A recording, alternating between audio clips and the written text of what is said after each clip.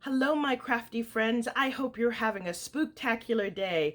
My name is Robyn with Sir Chauncey Rocco Creative Designs. Welcome to day 6 of the 13 Days of Halloween series.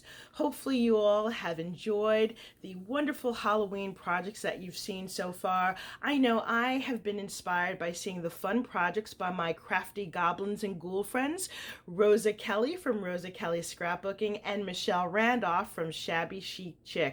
But most of all, what I really enjoy is seeing your wonderful and supportive comments and your great ideas. Thank you so much. It's such a joy to log on every morning to see your comments. For today's project, I have created these pumpkin wood knot boxes that spell spooky. Now, I used a digital file by MYSCRAPCHICK. The original file is called Fall Pumpkin Wood Knot Boxes, and in your file you receive 3 different size boxes and letters that spell fall. However, because this is a Halloween project, I have modified it and used my own letters to spell the word spooky.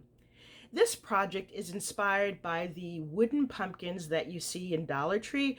There are several videos on YouTube that show you how to decorate them. The main difference with my project is that each of these are created out of paper, and I've made them much larger. The sizes of these pumpkin boxes vary.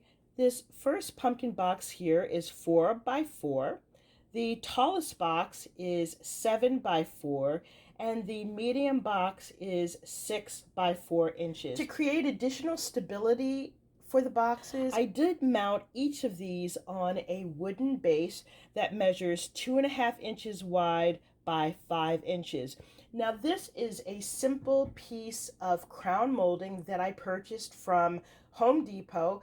They cut them down to the size that I required, and then I sanded them and painted them in a black matte paint, and then I sealed the paint in using a matte acrylic spray. I created these to go on my fireplace mantle. I am creating a fun Halloween scene, which I will share with you at the end of this series.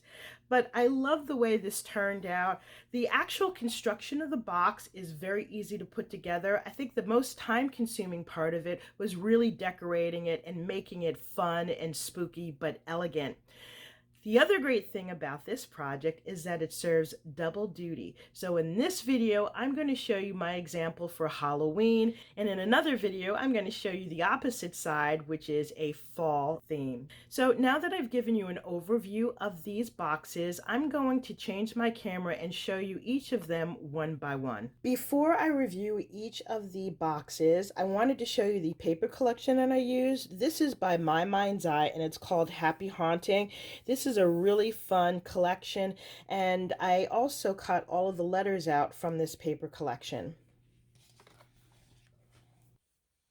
My first box is the letter S. Now, this is a medium box that measures 4 by 6 inches. On the top, I've decorated each of the boxes with this black and white gingham, this orange ribbon that has bats on it, and then I finished it with this fun raffia that's wrapped in a glitter orange chenille stem. I also included both black and orange chenille stems in the back just to give it a little bit more dimension. On the top here it says Spooktacular. We've got this tombstone with a skeleton head, and as you can see in the corner we have this fun spooky tree. There's a little owl with a real feather, and you can see these tombstones on the bottom. On the right side I have this ticket which I've adorned with a mesh black bow and an orange gem. And then I've put a cluster of flowers here in orange, ivory, and black, and I've distressed it with a black soot.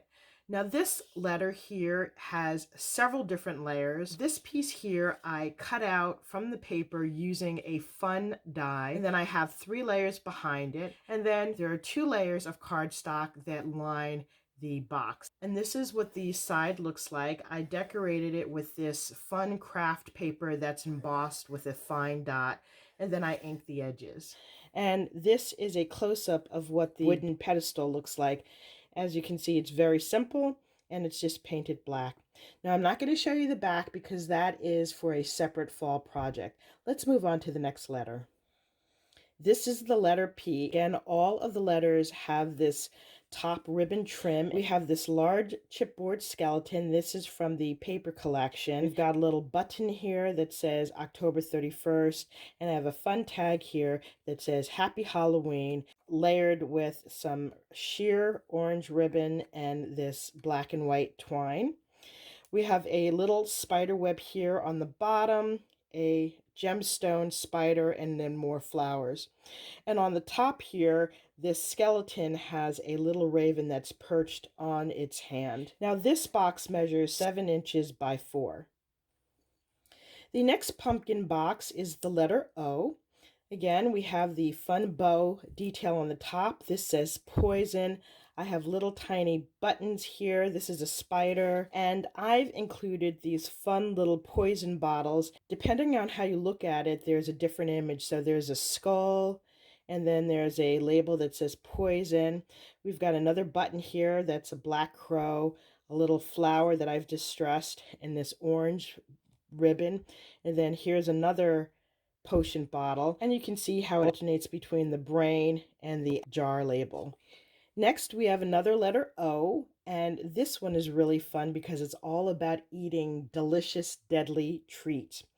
Here in the center, we have a witch's hat that I've outlined in this orange glitter paper, and the sentiment says, eat, drink, and be scary. On the top here, we have a little piece of candy that says the dark side. In the middle of the O, we have this skeleton head. And each of these stickers here are really cool because they're made out of resin. They're by Jolie, so they're very, very sturdy and 3-dimensional. Here we have a bag filled with candy corns, and it says creepy corn. Here we have a lollipop that says toxic treat. And then over here, this one is really thick. It's a candy apple that says delicious but deadly. Next, we have the letter K. On the top, I have this layered bat in orange and black. I have this fun banner that says trick or treat, and there are these little tiny skeleton heads on either side. We have the letters again layered. You can see that beautiful orange glitter in the background.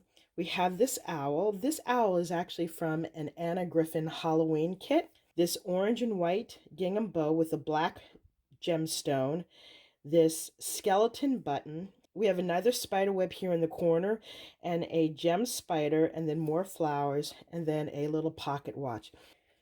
The final letter is Y. On the top here, it says beware. We've got this black glittered crow, and we've got another skeleton here with the little googly eyes, and he has a bow tie.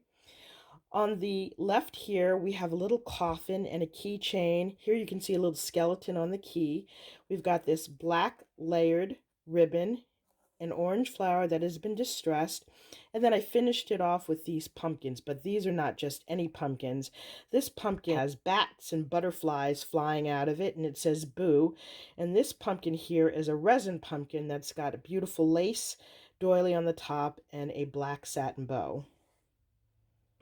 Now that I've given you a review of each of the boxes, I want to show you the construction. This is the basic box. This is the 7 by 4 inch box. I'm not going to do a tutorial because it's quite simple. As you can see, it is just a basic box. However, on the back side, I did leave the lid off. And I did that because I want to give you a few examples of how to make this more sturdy when you're decorating so that this project will last you several seasons. Before you glue all the sides together, I would cut a piece of sturdy chipboard, medium weight chipboard, or a cardboard box that is slightly smaller than the front of the box as well as the sides and the top. So I would probably make it maybe like 1/8, maybe 1/4 of an inch smaller so that it'll fit on the box, and that way when you're decorating you'll have a solid surface as well as the sides and the bottom, and then glue it on the top, inside, and the bottom as well as the sides. Now it's going to be difficult to do that on the back, so I suggest that you cut out 2 layers of this back panel, which just glues on here, and then you can add on your decorative paper. And the added stability that you'll get from the cardboard or chipboard on the top, the front, and the sides will make this back panel more sturdy. Once the box has been decorated on the front and or the back, it's going to be pretty top heavy, so it'll want to move forward. So I suggest that you use the wooden bases that I've shown you in this project. And then you can simply glue the bottom down with hot glue. This concludes my review of my pumpkin wood knot boxes that spell spooky. Hopefully I've inspired you with some new and creative ideas. If you like this video, please take a moment to give me a thumbs up, leave a comment, and please don't forget to subscribe. Also, join me tomorrow for day 7 of the 13 Days of Halloween series. Thank you so much for watching, and I look forward to seeing you soon. Bye for now, and happy Halloween.